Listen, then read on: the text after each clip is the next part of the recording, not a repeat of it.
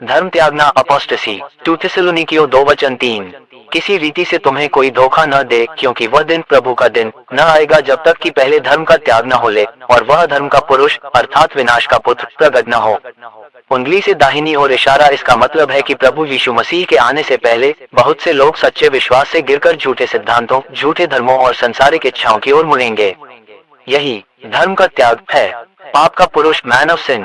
पवित्र शास्त्र कहता है कि जब धर्म का त्याग होगा तब एक विशेष व्यक्ति प्रकट होगा जिसे पाप का पुरुष या विनाश का पुत्र कहा गया है। ये वही है जिसे अन्य स्थानों पर खरीष्ट विरोधी एंटी क्राइस्ट कहा गया है। 2 थिस्सलुनीकियों 2:4।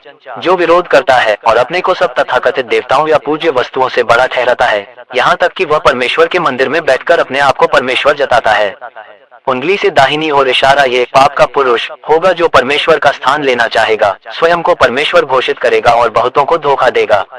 रोकने वाला, रेस्ट्रेनर। 2 थिस्सलुनीकियों 2:6-7। और अब तुम जानते हो कि उसे क्या रोक रहा है, क्योंकि अधर्म का भेद तो अभी से काम कर रहा है, परंतु जो अब रोक रहा है वही तब तक रोके रहेगा जब तक बीच से हटा न लिया जाए। उंगली से दाहिनी ओर इशारा। इसका अर्थ है कि आज तक पाप का पुरुष पूरी तरह प्रकट नहीं हुआ, क्योंकि परमेश्वर का आत्मा और कलीसिया चर्च उसकी रोकथाम कर रही है। लेकिन जब ये रोकने वाला हटा लिया जाएगा तब वह पूरी तरह प्रकट होगा। अंत में विनाश। 2 थिस्सलुनीकियों 2:8। और तब वह अधर्मी प्रकट होगा जिसे प्रभु यीशु अपने मुख की फूंक से नाश करेगा और अपने आगमन के तेज से समाप्त करेगा। उंगली से दाहिनी ओर इशारा। अंत समय में यीशु मसीह ही पाप के पुरुष को नष्ट करेंगे। की निष्कर्ष। पहले धर्म त्याग होगा, लोग विश्वास छोड़ेंगे। फिर पाप का पुरुष एंटी क्राइस्ट प्रकट होगा। वह स्वयं को परमेश्वर ठहराएगा और बहुतों को धोखा देगा। अंत में प्रभु यीशु अपने आगमन पर उसे नष्ट करेंगे। 2 थिस्सलुनीकियों 2 अध्याय का अर्थ।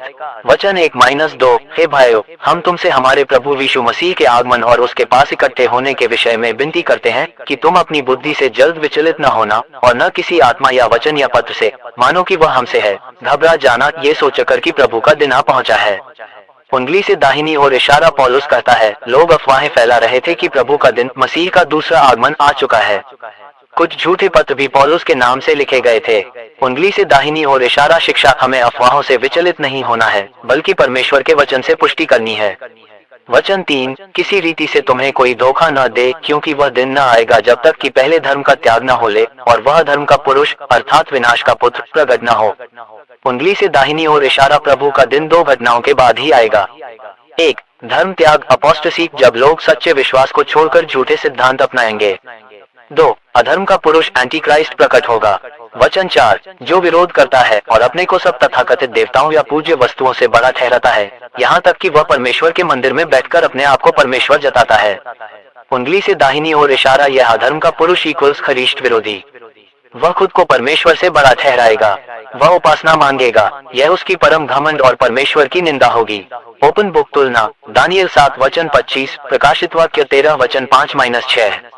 वचन 5-6। क्या तुम स्मरण नहीं करते कि मैं तुम्हारे साथ रहते समय तुमसे ये बातें कहता था? और अब तुम जानते हो कि उसे क्या रोक रहा है, ताकि वह अपने समय पर प्रकट हो। उंगली से दाहिनी ओर इशारा। रोकने वाला, रेस्ट्रेनर, कौन है? बहुत टीकाकार मानते हैं कि यह पवित्र आत्मा और कलीसिया है। जब तक कलीसिया पृथ्वी पर है, अधर्म का पुरुष पूरी तरह प्रकट नहीं होगा।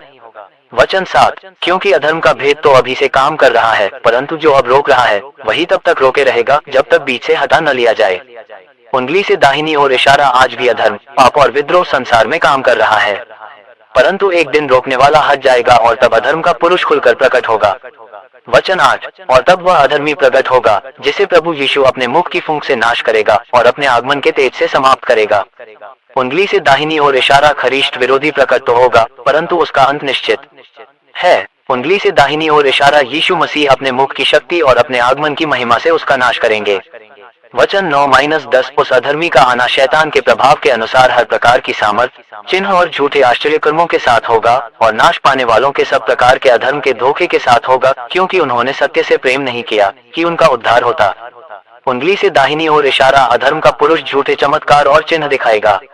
उंगली से दाहिनी ओर इशारा। लोग धोखा खाएंगे क्योंकि उन्होंने सत्य यीशु मसीह से प्रेम नहीं किया। ओपन बुक तुलना। मत्ती 24 वचन 24। झूठे मसीह और भविष्यद्वक्ता चिन्ह दिखाएंगे।